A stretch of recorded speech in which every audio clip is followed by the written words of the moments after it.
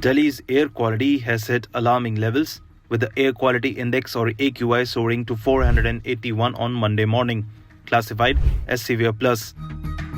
In response to this, the government has implemented strict Stage 4 emergency measures under the Graded Response Action Plan or GRAP to tackle the pollution crisis. Here's what you need to know. Lancet study के हिसाब से दिल्ली में हर साल लगभग 12,000 लोगों की मृत्यु होती है बिकॉज ऑफ एयर पोल्यूशन। अगर आपका बच्चा दिल्ली में पैदा हो रहा है तो लगभग आप उसकी ऑलरेडी 11 साल की लाइफ कम कर रहे हैं। क्यों? क्योंकि वो इतना ज़्यादा ग्रस्त होता है एयर पोल्यूशन से। अगर आप दिल्ली में रह रहे हैं तो आपकी औसतन जिंदगी का ऑलरेडी 5 साल कम हो चुका है because of Delhi air pollution. Hello everyone, this is Alka Mishra. आज की इस वीडियो में हम जिस टॉपिक के बारे में बात करने वाले हैं दैट इज दिल्ली पोल्यूशन, जो हर साल दिल्ली का अक्टूबर, नवंबर, दिसंबर का एक मेजर कंसर्न बना होता है। हर साल स्मॉग होता है, हर साल लोग बीमार पड़ते हैं, हर साल 12,000 लोग मरते हैं, लेकिन हम लोग बस एक दूसरे पर ब्लेम करते रहते हैं कि आपकी वजह से या आपकी वजह से। कोई भी इसकी रिस्पॉन्सिबिलिटी लेना नहीं चाहता। But at the end of the day ये रियलिटी है कि नुकसान सबसे ज्यादा जो झेल रहा है वो आम आदमी झेल रहा है, आप और हम झेल रहे हैं। दिल्ली की वो पॉपुलेशन झेल रही है जो एक प्रॉफिटेबल पॉपुलेशन हो सकती है, लेकिन इन महीनों में उसकी आपकी लेटेंसी या उसके काम करने का तरीका या एक्टिवनेस ऑलरेडी कम हो जाती है और वो बीमार पड़ा रहता है because of the air pollution. बदलता मौसम is a different concern, but major concern अभी दिल्ली से है कि भाई एयर पोल्यूशन। आप सोचिए कि कोई कहे कि किसी इंसान की 12,000 लोग किस लिए मर रहे हैं, क्योंकि एयर पोल्यूशन हो रहा है। एक आज से 100 साल पहले तक तो कोई आदमी इस तरीके की चीज़ों को आप कंसिडर ही नहीं करते थे कि हाँ ऐसा कुछ भी होगा या आने वाले फ्यूचर में ऐसी, इस वजह से भी एक बड़ी आप कह सकते हैं जनसंख्या खत्म होती रहेगी। सो यस, आज के हम इस टॉपिक में देखेंगे कि किस तरीके से जो आपका ये दिल्ली का एयर पोल्यूशन है कंसर्न बना हुआ है, जिसके चलते ग्रैप 4 लगा दिया गया है, जिसके चलते ऑरेंज अलर्ट लगा दिया गया है। दिल्ली एनसीआर में स्कूल बंद हो चुके हैं, बच्चों की क्लासेस ऑनलाइन शिफ्ट हो चुकी हैं। अगेन हम कहीं ना कहीं पोल्यूशन लॉकडाउन के फेज में हम लोग आ चुके हैं। और ये सीवियर कंसर्न, ये सारे बातें, ये सारे जुमले कोई एक साल नहीं हर साल दिए जाते हैं। But yes, examination point of view से या एक जनरलाइज पॉइंट ऑफ व्यू से जानना जरूरी है कि एयर पोल्यूशन मेजर किस बेसिस पे किया जाता है, क्या क्या ऐसे प्रेजेंस होते हैं पार्टिकल्स आपके इन्वायरमेंट में जो हमें डायरेक्टली नुकसान पहुंचाते हैं। जैसे कि अगर आप देखें यस, AQI मेजर कैसे किया जाता है, तो AQI वो एयर क्वालिटी या एयर पोल्यूशन मेजर करने के लिए जो इंडेक्स इस्तेमाल किया जाता है that is air quality index, जो कि मेजर किया जाता है according to yes national air quality index, जो कि CPCB that is central pollution control board ने 2014 में बनाई थी। बेसिकली एयर पोल्यूशन केवल पोल्यूशन का मतलब एक नॉर्मल चीज़ नहीं कि हाँ भाई पोल्यूशन है। पोल्यूशन भी आपका तरह तरीके से डिवाइड्स है, इसलिए जब हम AQI की बात करते हैं, एयर क्वालिटी इंडेक्स खराब होने की बात करते हैं, तब हम बात करते हैं बेसिकली आपके 8 पोल्यूटेंट्स की, जिसमें से सबसे ज़्यादा खतरनाक है आपका PM 2.5, यानी कि मेरे बाल के स्ट्रैंड से भी बहुत छोटा एक ऐसा आपका कह सकते हैं पार्टिकल हवा में प्रेजेंट है जिसको हम इनटेक कर रहे हैं और सबसे ज्यादा हमारे बॉडी में नुकसान पहुंचा रहा है। तो यस, पर्टिकुलर मेट्रोलेट 10, पर्टिकुलर मेट्रोलेट 2.5, nitrogen dioxide, sulphur dioxide, carbon monoxide, ozone and ammonia and lead, ये मेजरली आपके 8 पोल्यूटेंट्स हैं। जब ये हवा में अपनी अति पार कर देते हैं तब आप और मैं मास्क पहनने पे मजबूर हो जाते हैं, तब आप और मेरे को ये इस तरीके की हमें आपकी पल्मोनरी प्रॉब्लम्स या फिर लंग्स या फिर सांस लेने में दिक्कत होती है। अब क्वेश्चन ये भी अराइज होता है ना, हम कहते हैं कि सरकारें कुछ नहीं कर रही, बट प्रॉब्लम इज दैट कि ये जितना भी पोल्यूशन है इसमें मेजर कॉन्ट्रीब्यूशन आपका और हमारा है। That is this pollution is not something natural, this is basically a man made pollution, जो आपने और हमने अपनी व्हीकलर पोल्यूशन से, कंस्ट्रक्शन साइट से, पराली जलाने से, या फिर डिफरेंट इंडस्ट्रियल या फिर कचरा जलाने से ये वेस्ट हमने ही पैदा किया है, ये पोल्यूशन हमने ही पैदा किया और आज उसी का नुकसान हम झेल रहे हैं। बट येस, AQI इंडेक्स की अगर मैं बात करूं तो जब 0 to 50 इस तरीके का AQI होता है, दैट मीन्स कि आप फिर भी गुड सिस्टम में। आज भी आप हिमालयस में चले जाइए, पहाड़ों में चले जाइए, तो आपको फिर भी AQI सेटिस्फैक्ट्री ही दिखेगा। दैट मीन्स कि 0 to 50 या 50 to 100 के बीच में मिलेगा। 101 से 200 मॉडरेट हो जाता है, 201 से 300 पुअर हो जाता है, 301 से लेके 400 वेरी पुअर हो जाता है एंड 400 से लेके 500 सीवियर हो जाता है। हमारी कहानी कुछ यहाँ से शुरू होती थी, दिवाली से पहले शुरू हुई थी, फाइनली पुअर से वेरी पुअर, अब सीवियर और अब एक्सट्रीम सीवियर की तरफ बढ़ते जा रहे हैं। क्यों? क्योंकि दिल्ली में अलग अलग जब स्टेशंस का सर्वे किया गया तो कहीं का AQI कुछ ज़्यादा ही बढ़ा हुआ था और वो बहुत बड़ा मेजर आपका कंसर्न है। ऑब्वियस सी बात है, PM जो है, अब जैसे ये सबसे खतरनाक जो होता है वो होता है PM 2.5, मतलब बोला ना कि बाल के स्ट्रैंड से भी पतला ऐसा पार्टिकल जो आपके हवा में है, जो हम इनटेक कर रहे हैं, वो डायरेक्टली हमारे डाइजेस्टिव सिस्टम तक को इफेक्ट कर रहा है। आप फील करेंगे अगर आप दिल्ली में हैं तो आपको ये गले में हर वक्त एक खराश 3 महीनों में पड़ती रहेगी, आंखें हमेशा लाल और जली जली लगी रहती हैं।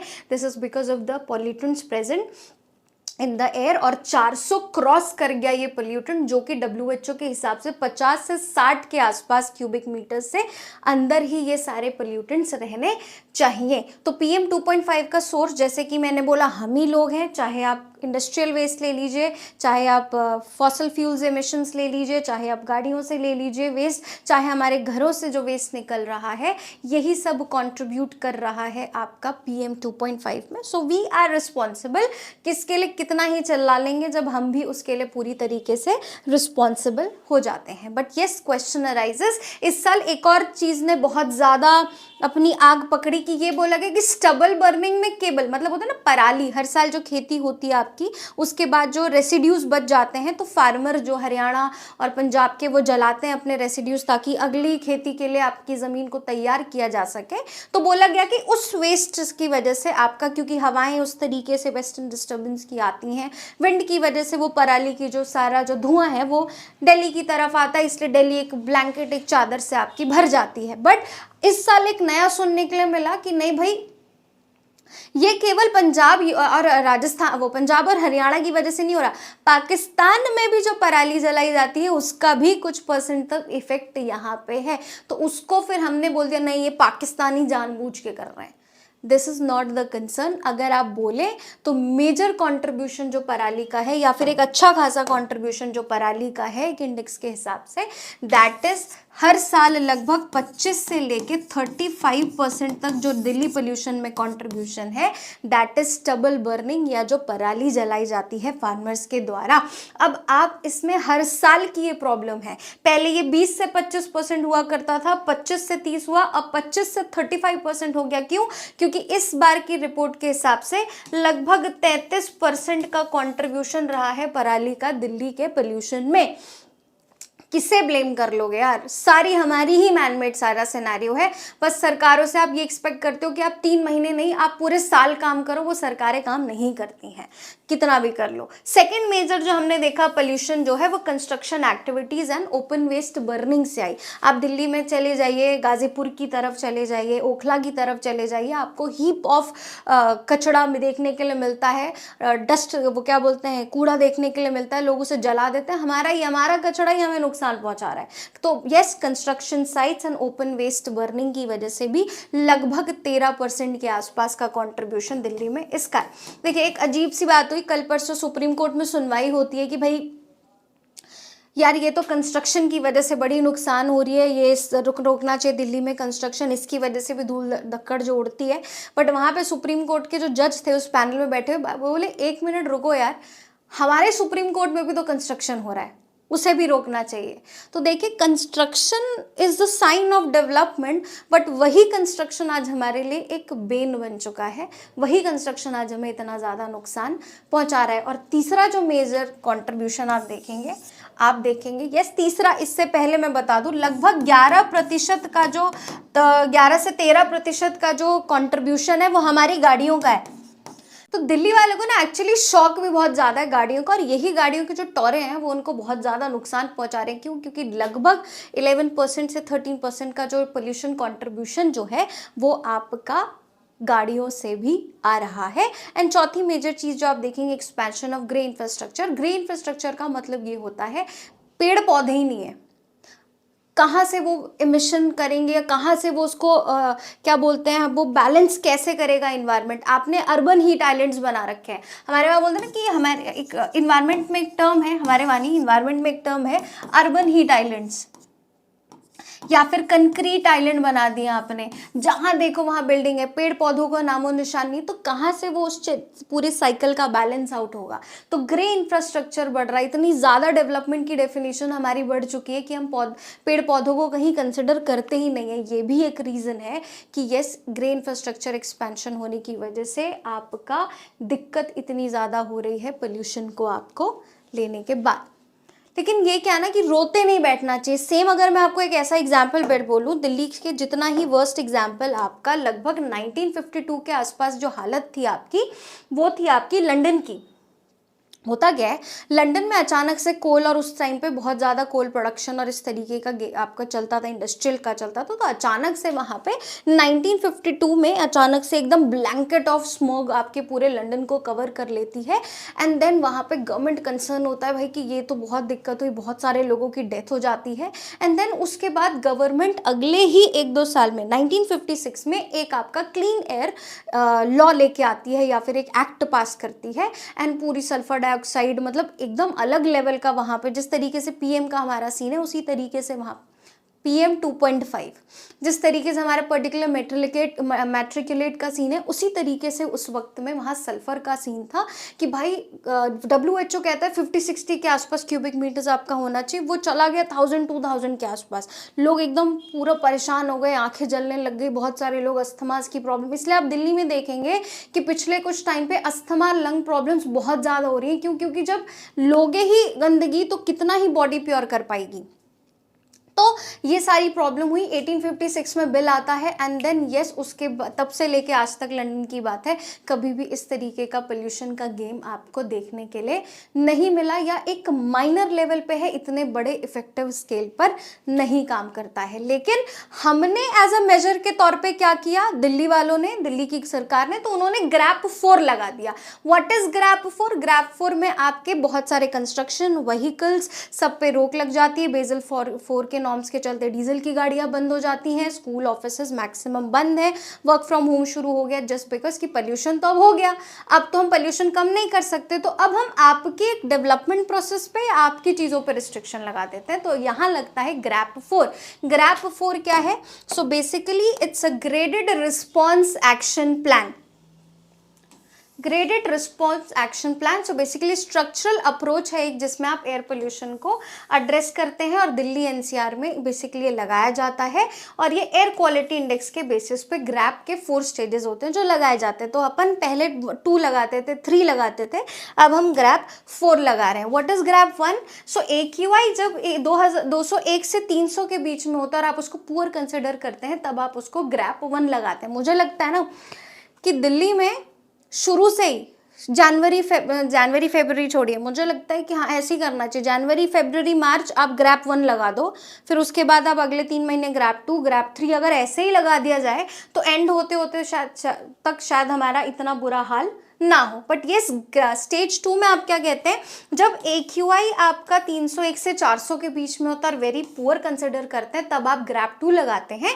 ग्रैप 3 होता है AQI जब 401 से 450 के आसपास सीवियर होता है, तब आप ग्रैप 3 लगाते हैं।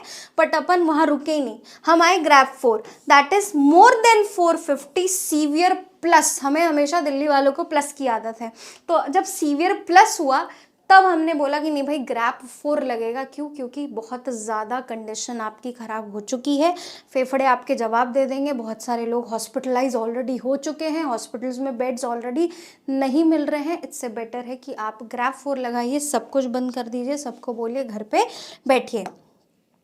और मैं आपको एक और चीज़ बताऊँ, देखो होता गया है, दिल्ली में हमने देखा कि मतलब या ऑल ओवर पोल्यूशन का सोर्स देखो, main source of pollution in the Delhi, तो हमने ये देखा कि approx 25 to 35% of the population is from parali. इसको आप प्रॉब्लम टैकल कर सकते हो, then we have solutions for that. बोला कि 11 से 13% इज कंस्ट्रक्शन एंड लगभग 11 to 13% इज व्हीकुलर पोल्यूशन, समझ आ गया। लेकिन एक और प्रॉब्लम है दिल्ली की कि हमारा 22